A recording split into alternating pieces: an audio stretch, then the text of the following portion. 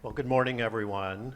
Today, we're going to continue the series on the 12 powers of man, or more appropriately, humankind. Uh, Reverend Dale launched this several weeks ago, and Reverend Evelyn has kept it moving forward.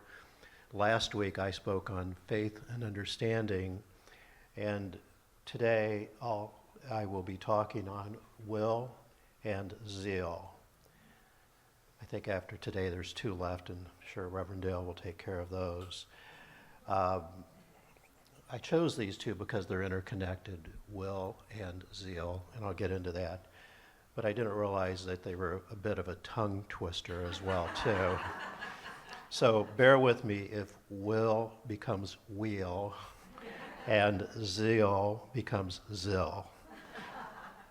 So I'm going to, begin by summarizing my take on the 12 powers that I did last week.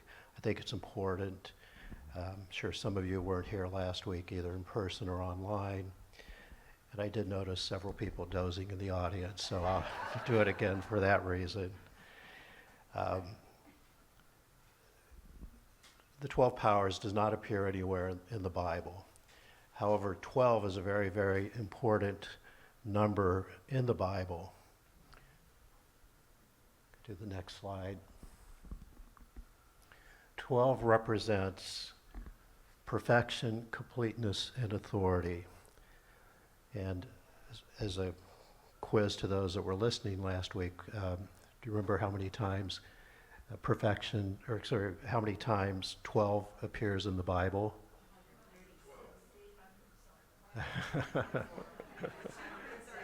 Okay. Well, I heard a lot of answers. I think last week somebody said 12 squared, which was 144. Maybe that was Marguerite, and it came pretty close. It's 187. The 12 disciples, the 12 tribes of Israel. In Revelation, it's talked about the 12 gates of New Jerusalem, guarded by 12 angels, and 12 foundations, and the list goes on. So I said it really wasn't surprising that Charles Fillmore, who was very kind of technical in his orientation, latched onto this and created these 12 powers. He assigned each of a power to a disciple and had a position within your body as well, too. He actually wrote a book on this in 1930. And I mentioned last week is don't read the book. Charles Fillmore is really, really hard to read. His wife, co-founder Myrtle, was not a lot better. So in Unity, we learn early on, if you really want to learn about unity, read the book by Emily Cady, Lessons in Truth. And I would add, Eric Butterworth's book, Discover the Power Within You, which is really a seminal work. And Emily Cady even said, as a leader of New Thought in Unity, is just to learn about God, don't read a lot of books. I think, we all want to get that next interesting tidbit about Unity's approach to God or New Thought. But I think we really have to emphasize not to try to latch on to these things. They're important to think about.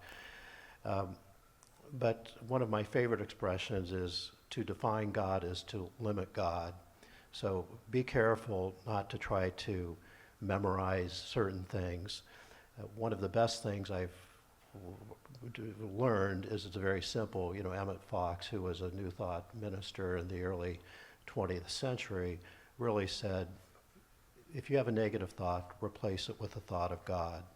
For me, it's Psalm 46:10, be still and know that I am God. It could be one of the 12 powers, I am faith, or God is faith, God is understanding, God is imagination, or it simply could be God is good. So let's take a look at will. And the definition of will from Charles Fillmore was the executive faculty of the mind, that determining factor in man, or again a person, what that person wills or decrees comes to pass in his experience. And we certainly know that to be true. What we will can manifest itself.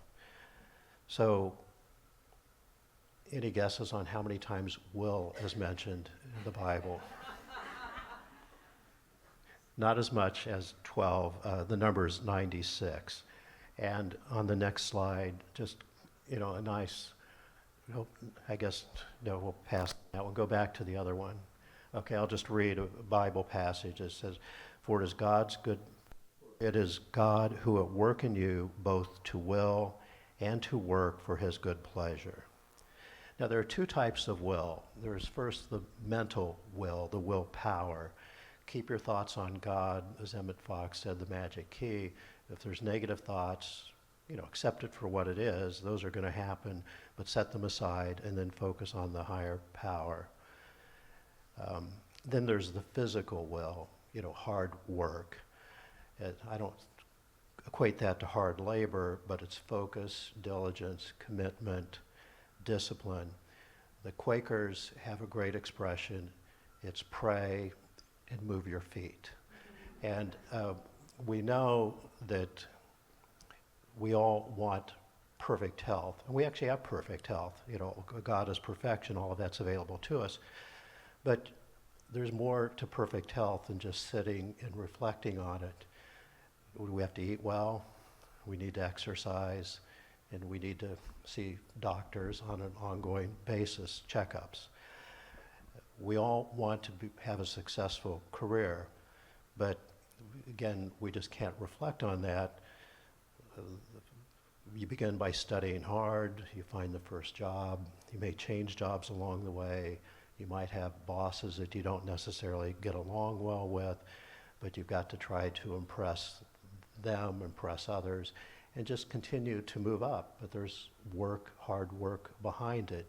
And again, I don't equate hard work with anything negative, but it's moving your feet. We all want wonderful relationships with family, friends, spouses, partners. But again, you've got to put yourself out there, socialize, be a reflection of the higher power. Years ago, I said I want to grow spiritually every day. Well, you just can't do that by kind of going with the flow. We need to set aside time to pray, meditate, read, live in the image of Christ. Okay, one of my favorite expressions is this, the slide. You may have heard it, the harder I work, the luckier I get. And I think we've all been through that.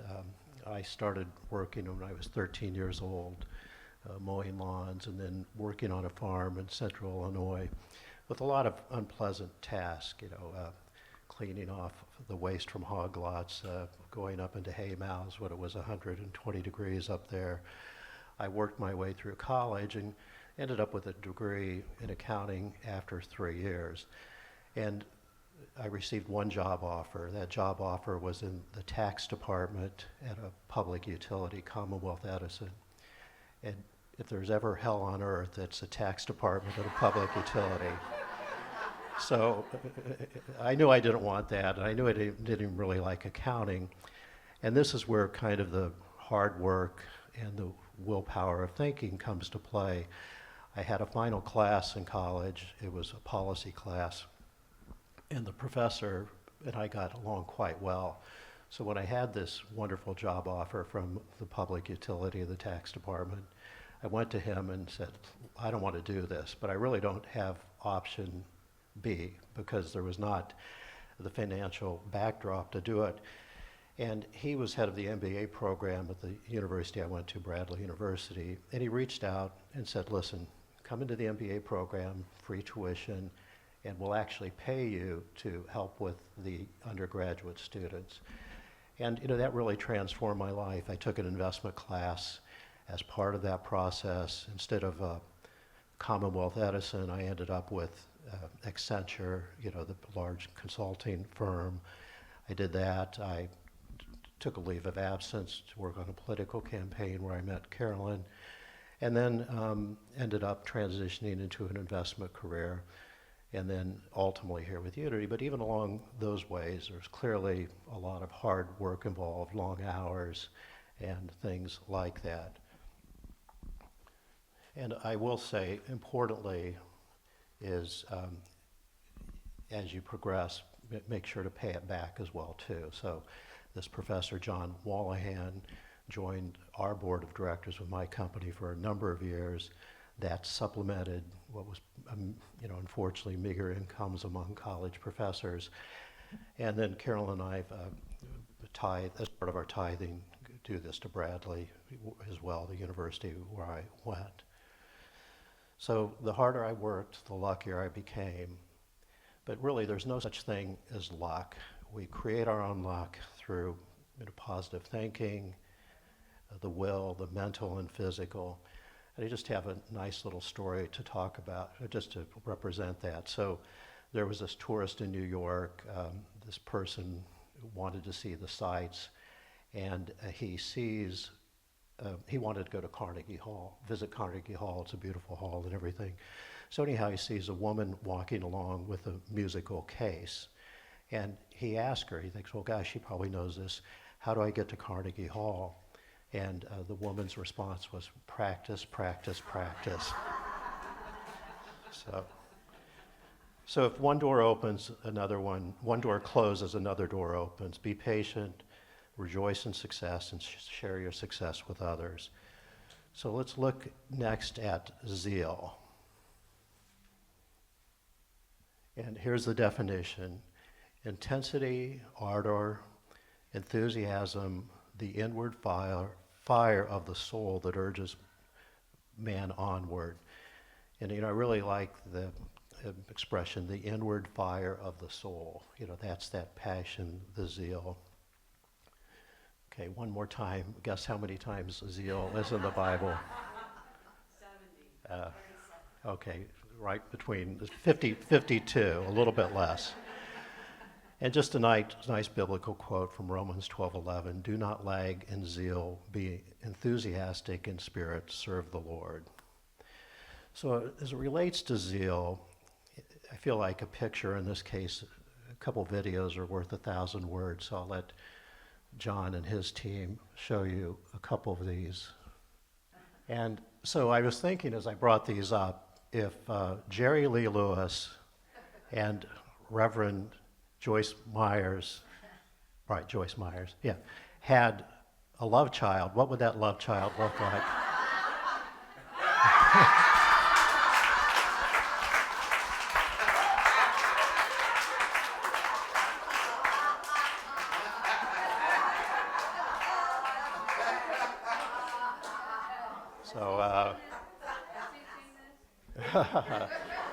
So I'll wait to hear when I hear from Dale on that. Yeah. Okay.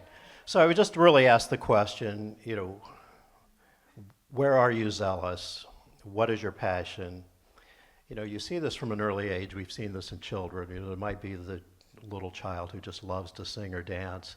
There might be that child who has a strong disposition to do, math and science and technology.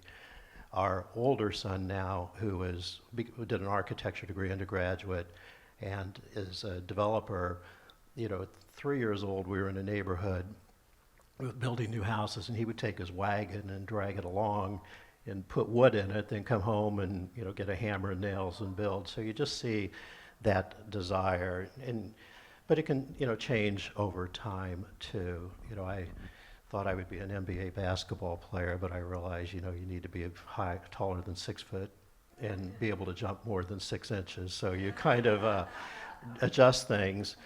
But sadly, oftentimes others want to take that zeal away. When you're a young child and a parent or teacher says you can't do this, you have to accept it for what it is. But as we get older, there's really no excuse. You're going to have the teacher, the coach, the boss, the friend, the partner, the spouse that says you can't do it. For example, you can't study for your PhD, it's too hard. Artists never make money, they always starve. Why would you leave the comfort of your hometown to travel to an unknown location to undertake something? Or this person's not right for you. There's no way that you can be the leader of that company. So there's just lots of objections, but you can't let that detract from who you are. Um, there will be challenges along the way. You may have what is perceived to be a really great life, a wonderful spouse or partner, friends, family, a job that you're comfortable with that pays you well.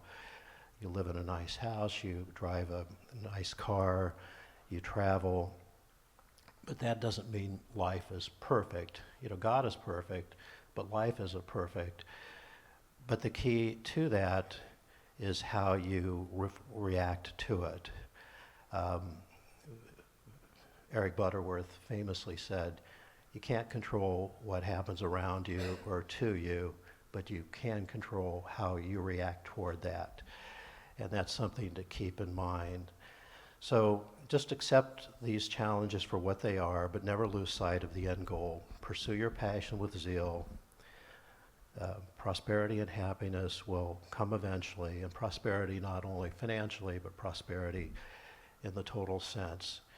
We've heard of J.K. Rowling, the famous writer. You know, she was a starving writer in the UK, and then she came up with this concept of Harry Potter, and now, of course, she's the wealthiest woman in England after Queen Elizabeth died recently. But, and I like this quote on zeal, and I'll move through it fairly quickly. And this is from Henry Thoreau. If one advances confidently in the direction of his dreams and endeavors to live the life which he has imagined, again, the masculine, but they will meet with the success unexpected in common hours. That person will put some things behind, will pass an invisible boundary. New, universal, and more liberal laws will begin to establish themselves around and within them, or the old laws be expanded and interpreted in their favor in a more liberal sense, and they will live with the license of a higher order of beings. First of all, I think that final line is just such a beautiful line. You will live with the license of a higher order of being.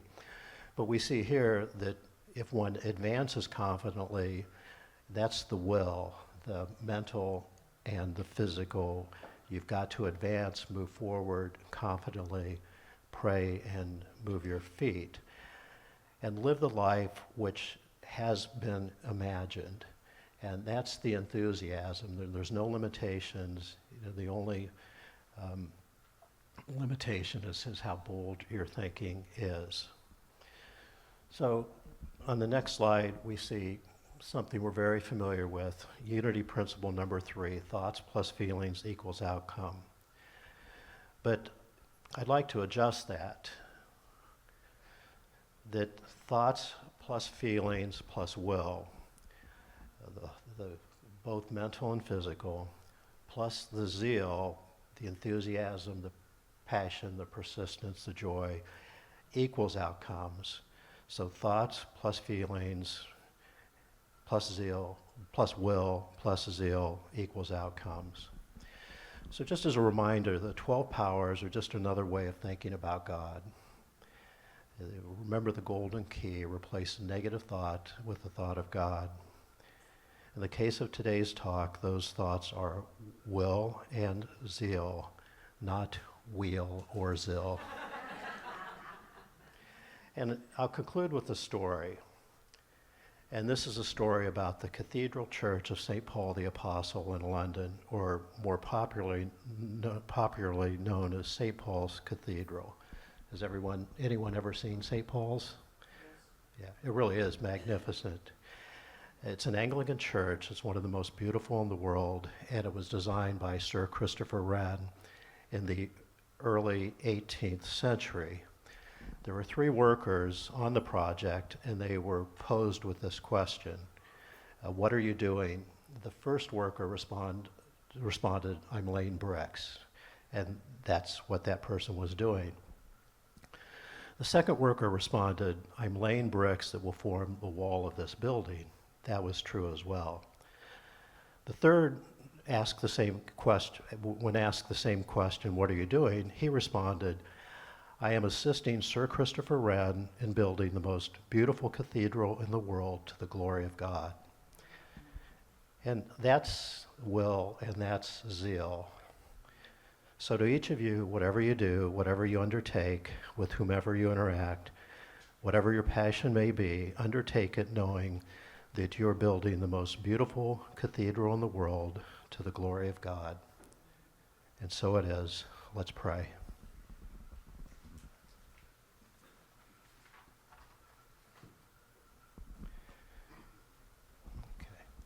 Close your eyes, find a position of comfort, feel the presence of God that moves through you, is part of you, and expands into this setting, the community, to the world and beyond. Reflect on will, both mental and physical, and reflect on zeal, the enthusiasm and joy you experience in what you do and who you are. Build the most beautiful church in the world to the glory of God. And so it is. Amen.